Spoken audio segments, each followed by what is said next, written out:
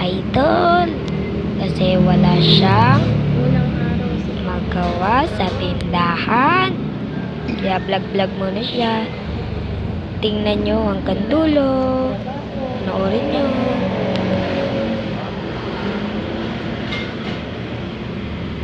para may trabaho ng mga anak mo. Maganda. Kailangan para sa bukas na kay God.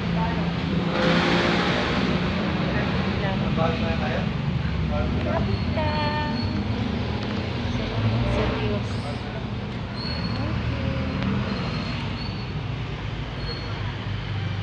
Magkano ito? Pinakalo ka? Kaya